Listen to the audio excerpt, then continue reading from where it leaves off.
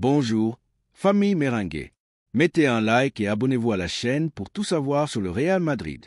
Dans cette vidéo, nous allons parler d'un fichage Azo, recrutement spectaculaire, pour le Real, mais avant cela, nous devons aborder d'autres sujets très importants. Allons-y avec le premier. 1. Leandro Trossard, un renfort potentiel pour le Real Madrid. Le Real Madrid, toujours attentif au marché international avec un regard intelligent et une vision stratégique, se retrouve une fois de plus au centre d'une possible opération qui pourrait renforcer davantage son effectif déjà redoutable pour la prochaine saison.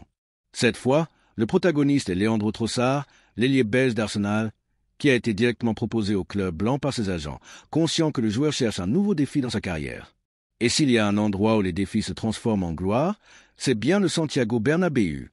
À 30 ans, avec une maturité footballistique évidente, Trossard a prouvé qu'il est un joueur hautement compétitif en Premier League, brillant tant à Brighton qu'à Arsenal, où il est arrivé comme un joueur de rotation avant de devenir une valeur sûre pour Mikel Arteta. Sa polyvalence, son engagement, son flair pour le but et sa capacité à combiner avec ses coéquipiers en font un profil très intéressant pour tout club visant les sommets.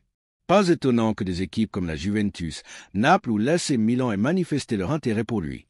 Mais s'il y a une destination capable de l'élever encore plus haut, c'est sans aucun doute le Real Madrid. Ce qui semblait au départ une simple proposition commence à prendre forme à Valdebebas. La direction sportive, avec la prudence qui la caractérise, a déjà reçu les rapports pertinents du département de scouting et les données sont éloquentes.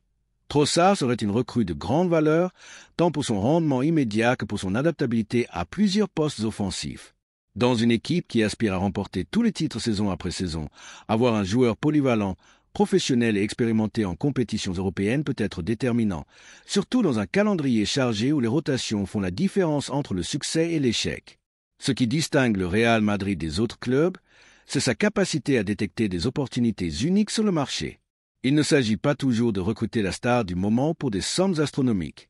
Parfois, les véritables coups intelligents se trouvent dans des joueurs qui ont prouvé, par leur performance et non par des mots, qu'ils peuvent briller au plus haut niveau. Leandro Trossard est l'un de ces cas. Il n'a pas besoin d'un marketing exagéré ni de gros titres tapant à accent grave l'œil. Son football parle pour lui. Ses performances à Arsenal le confirment. Bien qu'il ne soit pas un titulaire indiscutable, il a été une pièce fiable pour Arteta, répondant toujours présent avec des buts, des passes décisives et un niveau d'implication exemplaire. De plus, il a démontré une intelligence tactique, une lecture du jeu et une capacité de sacrifice qui correspondent parfaitement au style du Real Madrid, où le talent et l'engagement sont tout aussi valorisés.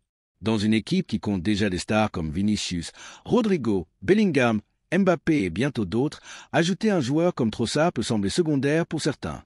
Mais ceux qui comprennent le football et le fonctionnement d'un vestiaire gagnant savent que les titres ne se gagnent pas seulement avec 11 joueurs. Ils se gagnent avec une équipe profonde, équilibrée, avec des joueurs capables de performer à tout moment et dans toutes les circonstances. C'est là que la figure du Belge prend tout son sens. Il ne s'agit pas de recruter Trossard pour remplacer une star, mais d'avoir une option de rotation de luxe, quelqu'un qui ne détonne pas s'il doit débuter un Clásico, un match de Ligue des Champions ou une finale de Coupe, et qui peut apporter depuis le banc quand le match est bloqué. Car au Real Madrid, rien n'est donné, et celui qui arrive doit savoir que son rôle dépendra de ses performances, pas de son nom ou de son passé. Trossard, avec son expérience dans la ligue la plus exigeante au monde, a déjà fait ses preuves dans cette école. D'un point de vue économique, l'opération est également avantageuse. Étant dans la dernière année de son contrat avec Arsenal, son prix de départ serait abordable pour un club avec les capacités financières du Real Madrid. On ne parle pas d'une opération à 80 ou 100 millions d'euros, mais d'une opportunité de marché qui permettrait de renforcer l'effectif sans compromettre d'autres objectifs plus coûtés. C'est, en somme, un mouvement intelligent et stratégique de ce que Florentino Pérez et José Ángel Sánchez savent exécuter avec brio. De plus, l'entourage du joueur voit d'un bon œil un possible transfert au Bernabéu. Pour Trossard, ce serait le rêve de sa carrière. Après une décennie à se consolider comme professionnel en Belgique et en Angleterre, rejoindre le plus grand club du monde représenterait l'aboutissement d'un parcours fait d'efforts et de persévérance. Et il ne veut pas venir pour se contenter d'un rôle secondaire sans se battre. Il veut contribuer, se battre pour une place, laisser sa marque. Cette attitude est exactement ce qu'il faut dans un vestiaire rempli de stars. La fin de gloire, le désir de marquer l'histoire. Les discussions sont encore à un stade exploratoire, mais le fait que les agents du joueur aient proposé son nom à Valdebebas n'est pas anodin. C'est une déclaration d'intention. Ils savent que s'il y a un club capable de tirer le meilleur de Trossard à ce stade de sa carrière, c'est le Real Madrid. Et ils le savent aussi parce que le Belge, par ses caractéristiques et sa mentalité, pourrait parfaitement s'intégrer dans l'écosystème de l'équipe. Travail, sacrifice, but, humilité et caractère compétitif. Sur le plan tactique, Carlo Ancelotti, ou son successeur la saison prochaine, trouvera en Trossard une ressource précieuse. Il peut jouer à gauche comme alternative au relais de Vinicius, à droite pour faire souffler Rodrigo ou Mbappé, en tant que meneur de jeu dans un schéma en 4-2-3-1, ou même comme second attaquant pour attirer les défenseurs et créer des espaces. Peu de joueurs en Europe offrent autant de solutions à un coût modéré. Bien sûr, certaines voix critiques diront que le Real Madrid ne devrait pas recruter des joueurs de 30 ans. Mais le football moderne a prouvé que l'âge n'est pas une limite, juste une variable.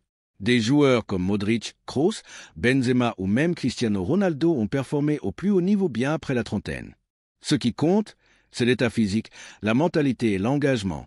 Et sur ce plan, Trossard excelle. De plus, son arrivée n'entraverait pas la progression des jeunes talents. Au contraire, son expérience pourrait être cruciale pour aider des joueurs comme Arda Güler ou Endrick à grandir dans un vestiaire mêlant promesses et stars confirmées. Avoir un professionnel équilibré, sans ego, comme Trossard, peut être un facteur stabilisant, quelqu'un qui contribue dans l'ombre mais brille quand son heure arrive. La question est désormais claire. Le Real Madrid attendra-t-il de voir comment évolue la situation contractuelle de Trossard à Arsenal ou décidera-t-il d'agir avant la concurrence? La Juventus, Naples et l'AC Milan ont déjà entamé des démarches, mais aucun ne peut offrir ce que propose le Real Madrid. L'histoire, les titres, le prestige et la chance de faire partie d'une équipe qui écrit un nouveau cycle doré. 2. André Lunin, une décision cruciale pour l'avenir. La deuxième nouvelle concerne une décision majeure au sein de notre club. Le Real Madrid, institution représentant le summum de l'excellence dans le football mondial, se trouve face à un nouveau dilemme qui, bien que discret, pourrait avoir un impact significatif sur la planification sportive des années à venir.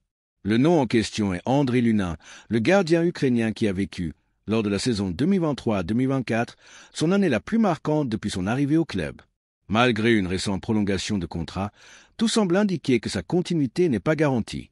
À Val-de-Bas, dans l'entourage du club et parmi les supporters meringues, un débat commence à émerger. Serait-il prudent de le laisser partir, ou sa présence devrait-elle être considérée comme stratégique et incontournable?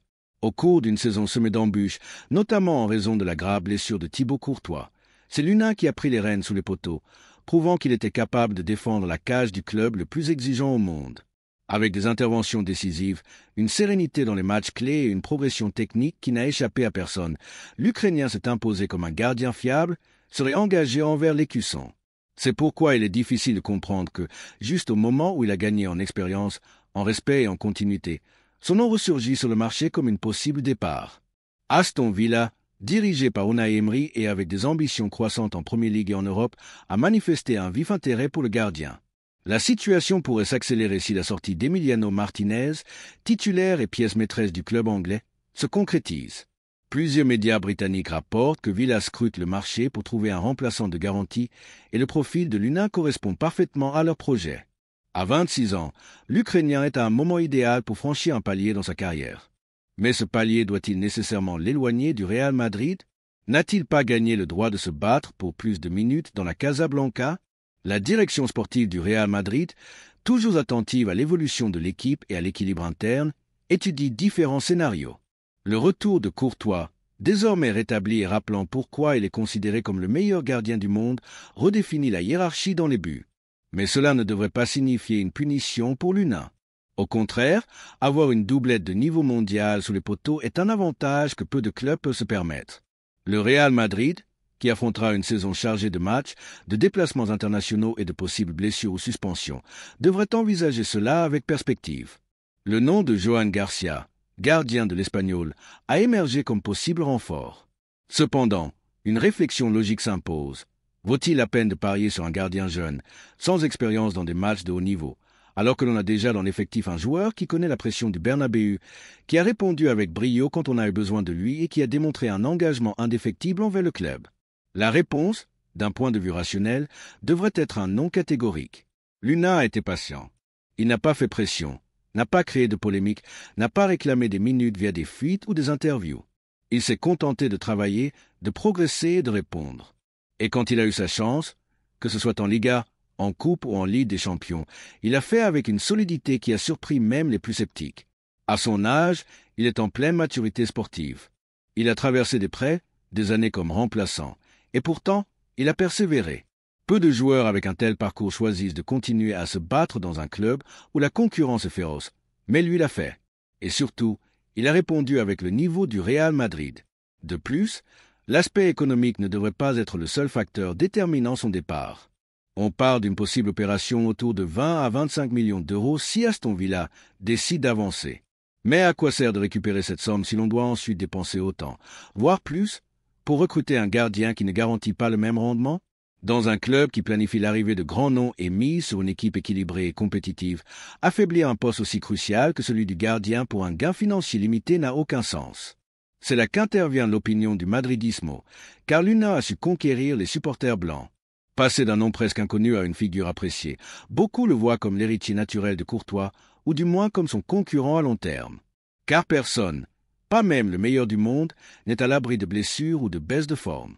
Avoir l'UNA comme alternative est un luxe que peu de clubs peuvent se permettre et le Real Madrid doit en être conscient. De plus, son comportement dans le vestiaire est exemplaire. Il ne s'est jamais plaint, a soutenu ses coéquipiers et a contribué activement à la bonne ambiance qui caractérise cet effectif. Dans un groupe rempli de jeunes talents, de grandes stars et de fortes personnalités, avoir des joueurs comme l'UNA, qui apportent depuis le silence et le travail, est une valeur ajoutée inquantifiable en termes de marché. Pour toutes ces raisons, il est incompréhensible que son départ soit sérieusement envisagé. Le Real Madrid ne peut pas reculer sur un poste clé, encore moins quand il dispose déjà d'un gardien qui a prouvé, par ses actes et non par des paroles, qu'il mérite de rester. André Lunin doit rester. Il n'y a pas de raison sportive solide pour justifier son départ.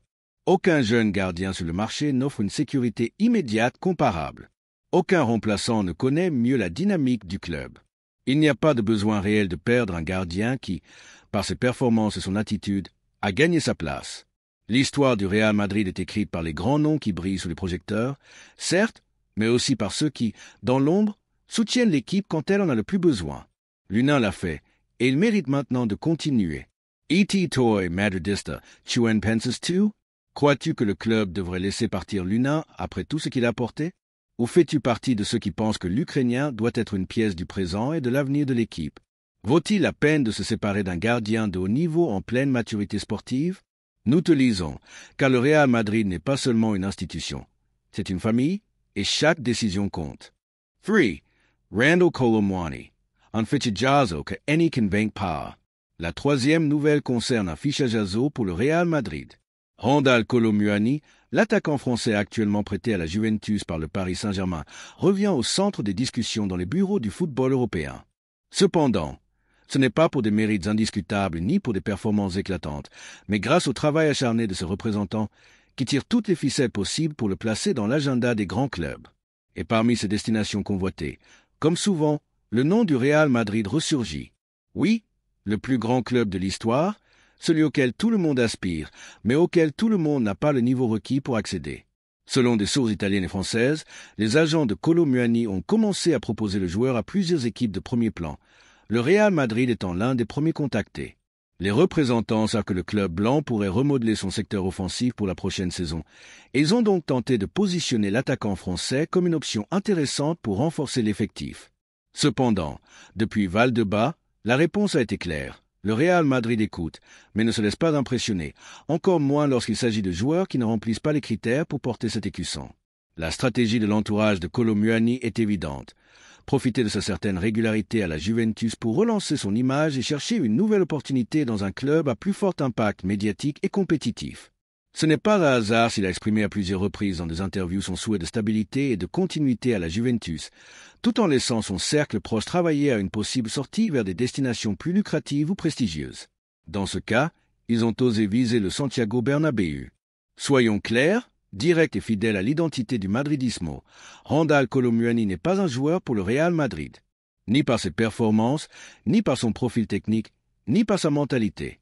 Dans un club où chaque minute doit être justifiée par l'excellence, l'attaquant français n'a pas démontré, ni au PSG, ni à la Juventus, être à la hauteur de ce qu'exige le meilleur club du monde. Son passage à Paris a été décevant.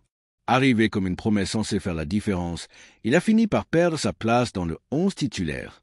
Son prêt à la Juventus était en réalité une tentative de reconstruction, et bien qu'il ait eu du temps de jeu et montré quelques éclairs, il n'a pas été un facteur décisif ni n'a élevé le niveau de son équipe. Le Real Madrid ne recrute pas sur un coup de tête ou sur des campagnes orchestrées par des agents.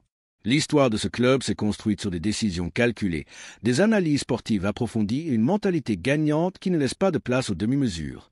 Kolo Muani n'a pas brillé en Ligue des Champions, n'a pas été décisif dans des matchs majeurs, n'a pas dominé dans son championnat et n'a pas été un leader offensif dans aucun projet. Alors, quel sens y aurait-il à l'intégrer dans une équipe qui vise l'excellence? Aucun. De plus, le Real Madrid dispose déjà d'un groupe d'attaquants jeunes et talentueux. L'arrivée de Kylian Mbappé est de plus en plus proche. Jude Bellingham est devenu un phénomène mondial. Arda Güler est destiné à être une pépite du futur. Brahim Diaz a prouvé qu'il avait les qualités pour être important, et le Brésilien Endrick est prêt à débarquer en Europe avec l'ambition de devenir l'un des grands. Où Kolo Muani s'intégrerait-il dans ce contexte? Que pourrait-il vraiment apporter? Serait-il même titulaire? Les réponses sont évidentes pour quiconque comprend le niveau compétitif du club. Même en cas de départ d'un joueur comme Rodrigo Goes ou Vinicius, le club devrait répondre avec une recrue d'envergure, un talent indiscutable, un transfert qui fait trembler le continent. Pas avec une option de second rang. Car le Real Madrid ne remplace pas des stars par des paris. Le Real Madrid recrute des joueurs avec une mentalité gagnante, du leadership et une fin de marquer une époque. Des noms comme Rafael Leao, Serge Gnabry ou même Kvisha Kvaratskhelia correspondent beaucoup mieux au moule recherché par le club. Il ne s'agit pas d'une question personnelle. Personne ne nie que Kolo Muani ait des qualités. C'est un attaquant avec une bonne foulée, qui se déplace bien entre les lignes et qui a la capacité physique de poser des problèmes aux défenses. Mais au Real Madrid, cela ne suffit pas. Ici, il faut de la prestance, de la régularité, du sang-froid dans la surface, surtout du caractère. Ce caractère qu'avaient les grands attaquants qui ont marqué l'histoire à Chamartin. Ce caractère qui distingue les bons joueurs des véritables élus. Et jusqu'à présent, Kolo Muani n'a pas montré qu'il possédait cet ADN. Par ailleurs, il faut aussi questionner la manière dont il a géré sa carrière. Son transfert au PSG se fait avec un gros investissement et de grandes attentes. Non seulement il n'a pas répondu à ces attentes, mais son attitude et ses performances ont laissé à désirer. Il n'a pas su supporter la pression d'un club qui exige des résultats chaque semaine. Aujourd'hui, il cherche un nouveau point de chute pour se relancer. Le Real Madrid n'est pas un lieu pour se racheter, c'est un lieu pour triompher. Et ceux qui ne sont pas prêts restent sur le carreau. La politique sportive du club a également évolué. Fini le temps des recrutements médiatiques sans fondement sportif. Aujourd'hui, Florentino Pérez et son équipe réfléchissent à chaque détail. L'objectif est de miser sur des talents jeunes, des joueurs avec un réel potentiel et une mentalité gagnante, des footballeurs capables de s'inscrire dans un projet à long terme avec faim, discipline et engagement. Kolo Muani ne correspond pas à ce profil. Pire, son arrivée pourrait freiner le développement de joueurs à plus fort potentiel ou bloquer l'espace pour de futurs recrues de plus haut niveau. En résumé, cette proposition répond plus à une stratégie désespérée de l'entourage du joueur qu'à un réel intérêt du club. C'est une tentative de placer Kolo Muani sous les projecteurs du Real Madrid pour augmenter sa valeur marchande, mais d'un point de vue sérieux et professionnel, cela n'a aucun sens. Le Real Madrid n'est ni un club de transition, ni une plateforme pour retrouver la forme. C'est une institution gagnante qui exige un rendement immédiat et ne mise que sur le meilleur. Et maintenant, la question est pour toi, Madridista. Toi qui ressens les couleurs, qui connais l'écusson, qui a vu défiler au Santiago Bernabéu de véritables légendes du but, penses-tu vraiment que Kolo Muani est le type d'attaquant dont nous avons besoin pour l'avenir? Crois-tu qu'il a ce qu'il faut pour être titulaire dans cette équipe? Ou penses-tu, comme beaucoup, qu'il n'a pas le niveau pour porter le maillot le plus glorieux du monde? Nous te lisons, car ta voix compte toujours. Ensemble, nous continuerons à défendre la grandeur du Real Madrid sans baisser d'un millimètre nos exigences. Laissez votre opinion dans les commentaires.